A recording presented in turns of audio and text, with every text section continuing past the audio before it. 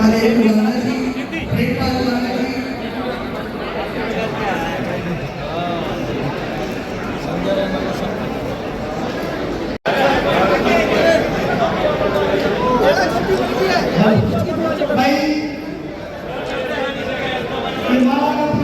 कांग्रेस के करावत नेता श्री कैप्टन सिंह अजय यादव और हमारे प्रदेश के अध्यक्ष भाई रमेश सैनी जी और उनके अलावा जितने भी हमारे मंच पर बैठे लोग हैं सभी का स्वागत करता हूँ, तहे दिल से उनका धन्यवाद करता हूँ जो मंच पर बैठकर मंच को संभाला है, और हमारे भाई साहब जो सुबह से मंच को संभाल रहे हैं उनका भी बहुत बहुत धन्यवाद करता हूँ।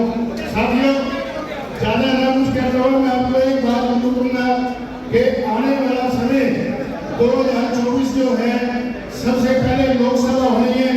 लोकसभा में कांग्रेस की जो जोड़ी है ना वो अपने वोटों से करनी है, और जितनी भी कांग्रेस है हम गुजारिश करेंगे जो भी हमारे कांग्रेस के साथी हैं, कांग्रेस के वोटर हैं, जितने भी समाज के लोग बैठे हैं, सभी से हाथ जोड़कर रिक्वेस्ट करता हूँ कि वो अपनी एक वोट अपने पड़ोसियों की भी अपनी भी सबकी सब कांग्रेस की जोड़ी बनाए, जिसको भी टिकट देंगे कांग्रेस देखेंगे, हम उनको धन्यवाद कर देंगे। कि हरियाणा के अलग अलग जिलों के अंदर पिछड़ा वर्ग ने अपने अधिकारों की आवाज उठानी शुरू की है। आज इस अधिकार मंच के ऊपर मैं आप लोगों का ध्यान उस गुलाम भारत की तरफ लेके जाना चाहूंगा कि जब हमारे अधिकारों की आवाज उठाने के लिए सबसे पहले खुले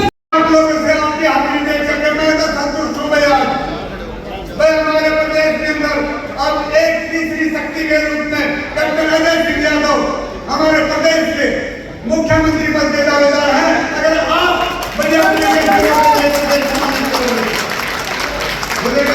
साथियों बातें तो कप्तान साहब बताएंगे, मैं तो आप लोगों की बात कप्तान साहब के सामने कह रहा हूँ। वो कहते हैं ना, कहे तो काम है तो आवाज मेरे पे है, ये आप लोगों की बात है, कह मैं रहा हूँ।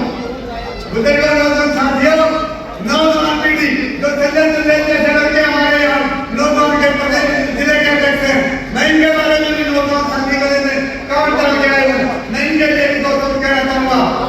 युवा हाथ ही नदी का शिकार किया करते हैं, इनके कंधे ही हुक्म दिया करते हैं, इनकी सांसों से जन्म लेते हैं हमारे यहाँ, इनकी हुक्कारों को गुजार कहा करते हैं। ये जो कार्यक्रम है इसके लिए मैं जो हमारे आयोजक हैं भाई हमारे करताराम जी और भाई हमारे जो जीतराम जी और सुशील संजय चंदेल जी, उनको बहुत बधाई देता हूँ। आज से पहले पिछड़ा वर्ग की जो एकता है वो तभी हो सकती है। देखिए देश के अंदर दो ही बातें हैं, एक तो वोट की जोड़ और एक संख्या की बात।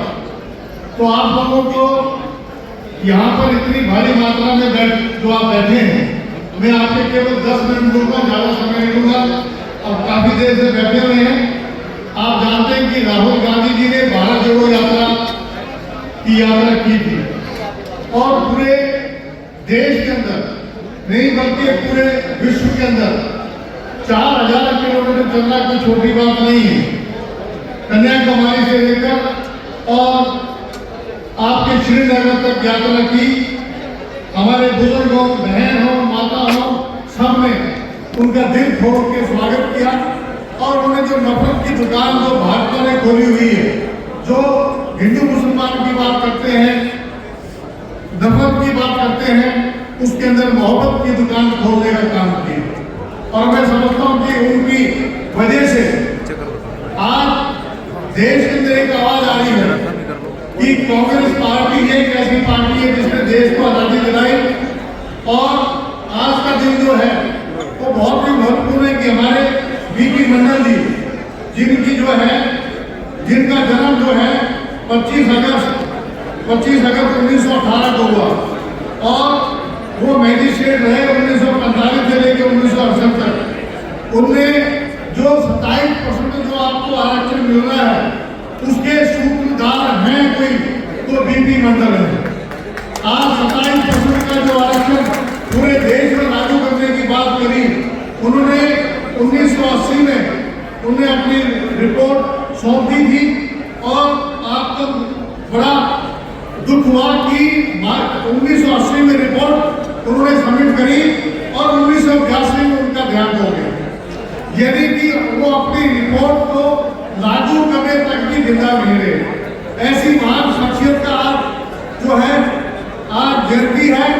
सबसे पहले तो उनको मैं नमन करता हूँ और साथ साथ मैं कहना चाहता हूँ कि मंडल कमीशन की घोषणा वीपी सिंह ने की थी, इसमें कोई दो राय नहीं है और उनकी सरकार गिराने वाले भी भाजपा के लोग थे और मंडल आयोग की जो है सिफारिशें वो लागू नहीं हो पाई। वो लागू करी 1993 में किसने करी? नरसिम्हा राव जी ने, जिनकी वजह से आज हमें 1993 में ये मंडल कमीशन की रिपोर्ट जो है वो लागू करी। उन्होंने वो मुख्यमंत्री भी रहे हमारे बीबी मंडल साहब और आपको बताना चाहूंगा कि 2006 के अंदर जो उच्च शिक्षा है उसके अंदर अर्जुन सिंह जी ने कांग्रेस का आवाज रहा जब मंडल कमीशन की जो है घोषणा हुई करके लागू किया गया और 2006 में लागू किया गया। मेरा ये कहना है कि आज देश के अंदर एक जो पिछड़ा वर्ग है चाहे अगले वर्ग हो, आज सबसे महत्वपूर्ण चीज है जातीय जनगणना। अगर जातीय जनगणना नहीं होगी, कास्ट सेंसस नहीं होगा, तो हम तो सबसे पिछड़े वर्ग के लोग हैं जिसको आप PCA कहते हैं या जो हमारे शेड्यूल कास्ट में जो सबसे पिछड़े वर्ग के लोग हैं जैसे धोबी है, नाई है, मेरी है, जिन लोगों को जो सबसे पिछड़ा वर्ग के लोग हैं उनको जो सुविधाएं मिलनी चाहिए वो मिल नहीं पा रही है क्योंकि हमारे पास डाटा नहीं है। तो जातीय जनगणना करवाना हमारी प्रथम प्राथमिकता होगी और राहुल गांधी जी ने एक बात कह दी है कि अगर 2024 में आप लोगों ने लोकसभा में हमारी कांग्रेस की सरकार आती है पार्लियामेंट में तो जातीय जनगणना भी हम लागू करेंगे। जातीय जिससे हमारे जो गरीब हैं आरोप लगा रहे हैं जो स्मृति ईरानी ने आरोप लगाया है वो आरोप निराधार है। उनका मुंह जब वो बात कर रहे थे स्पीकर की तरफ था। अब स्मृति ईरानी को पता नहीं सपने आते हैं जब गैस का सिलेंडर जब 470 रुपए का था तो धरना में बैठी थी और बृजभूषण जैसा जो दरिंदा उनके पीछे बैठा हुआ था। जब मणिपुर के बारे में बात हो रही थी, मणिपुर के बारे में दो शब्द नहीं बोले। यहाँ महिलाओं के साथ जो हमारी महिला पहलवान है उनके साथ जो है उनका शोषण किया जा रहा है बृजभूषण पर, उस बारे में बोली नहीं तो वो उनकी तो माया ही अलग है। तो आप जानते हैं किस प्रकार की महिला है, उनके बात पे कोई तवज्जो देने की जरूरत नहीं है। चुनावों के दौरान तो याद किया जाता है, चुनावों के दौरान तो ओबीसी मोर्चा को साथ लेकर चलने की बात की जाती है। नहीं, मैं 25 फरवरी 2022 को आप जानते हैं कि मेरे को ये काम मिला 2022 में। पूरे देश का मैं भ्रमण कर चुका हूँ पिछड़ा वर्ग को संगठित करने के लिए, उनको ताकत देने के लिए ताकि असेंबली में ज़्यादा सीटें बने, लोकसभा में ज़्यादा सीटें बने। केवल हरियाणा में नहीं पूरे देश के लिए हम लड़ाई लड़ेंगे। महिलाओं को 33% में आरक्षण देने की बात है, ओबीसी का अलग डिपार्टमेंट बनाने की बात है, हायर एजुकेशन के अंदर, प्रमोशन के अंदर, इन सब में जो है हम लोग करेंगे। और क्रीमी लेयर है कम से कम 20 लाख। अजय जी ओबीसी मोर्चा अगर एक तरफ लगता है 48% आबादी बताई जा रही है, तो क्या आप मुख्यमंत्री पद के दावेदार हैं? देखिए, मुख्यमंत्री का दावेदार कौन है होता है जिसको हाईकमांड बनाती है। ना तो मैं मुख्यमंत्री का दावेदार हूँ, ना मैं असेंबली का चुनाव लड़ रहा हूँ।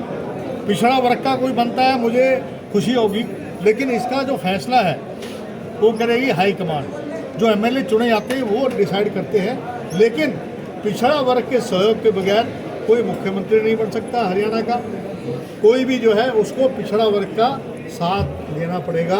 पिछड़ा वर्ग के बगैर कोई सरकार, चाहे हरियाणा हो चाहे वो किसी भी स्टेट में हो, पिछड़ा वर्ग का साथ लेना बेहद जरूरी है। जनता को कैसे समझाएंगे, क्योंकि कांग्रेस पार्टी की बात की जाए तो महंगाई का एक मुद्दा था, एक गाना भी चलाया था, तब सिलेंडर 450 था लेकिन आज सिलेंडर 1150 है। हमने ये फैसला किया है कि अगर हमारी सरकार बनती है हरियाणा के अंदर तो 500 रुपये का गैस का सिलेंडर हम करेंगे।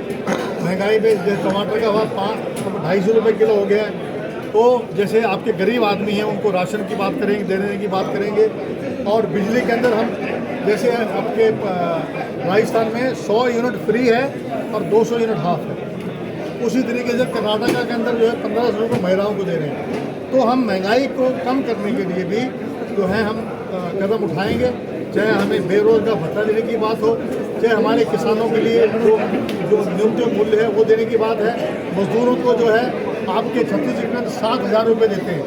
तो इस तरीके से कांग्रेस सरकार जो है जो वंचित समाज के लोग हैं, पिछड़ा वर्ग के, शेड्यूल कास्ट के, माइनॉरिटी के, इवन जो EWS के अंदर जो कमजोर वर्ग के लोग हैं, तो कास्ट सेंसस से पता लगेगा कौन गरीब है कौन अमीर है। राहुल गांधी आज किस कार्यक्रम में पहुंचे? हमारे बीपी बिंदेश्वरी मंडल जो पूर्व मुख्यमंत्री रहे और मैजिस्ट्रेट भी रहे, आज जयंती है, इसके उपलक्ष्य में उन्होंने मंडल कमीशन की जो रिपोर्ट है वो 1980 में सौंप दी थी और 1984 में इंदिरा गांधी जी 1982 में इंदिरा गांधी जी ने इसको पेश किया।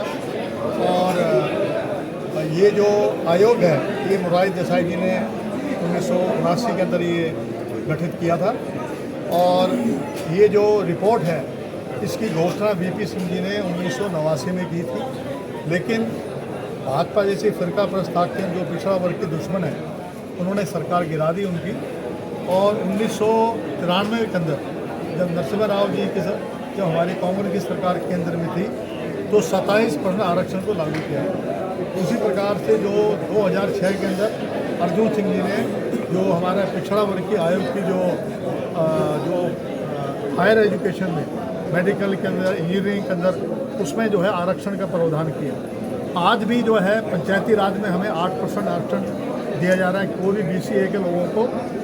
आज जो है कांग्रेस का एक ही जो अभी पिछले दिनों भारत जोड़ो यात्रा हुई जिसमें राहुल गांधी जी ने यात्रा करी, उनको पिछड़ों वर्ग के साथ उनके साथ जो भेदभाव हो रहा है, जो उनके साथ, तो उनका ये मानना है कि जातीय जनगणना से केवल पिछड़ा वर्ग की बात नहीं है, जो स्वर्ण जाति में भी जो पिछड़ा वर्ग के लोग हैं, जो बहुत ही गरीब लोग हैं, पिछड़ा वर्ग के अंदर जो वंचित समाज के लोग हैं, शेड्यूल कास्ट में जो वंचित समाज के लोग हैं, राजनीतिक और शैक्षणिक और आर्थिक रूप से जो कमज़ोर लोग हैं, उसका डाटा अगर हमें मिल जाएगा तो उनके लिए अलग से हम जो है योजनाएं बनाएंगे।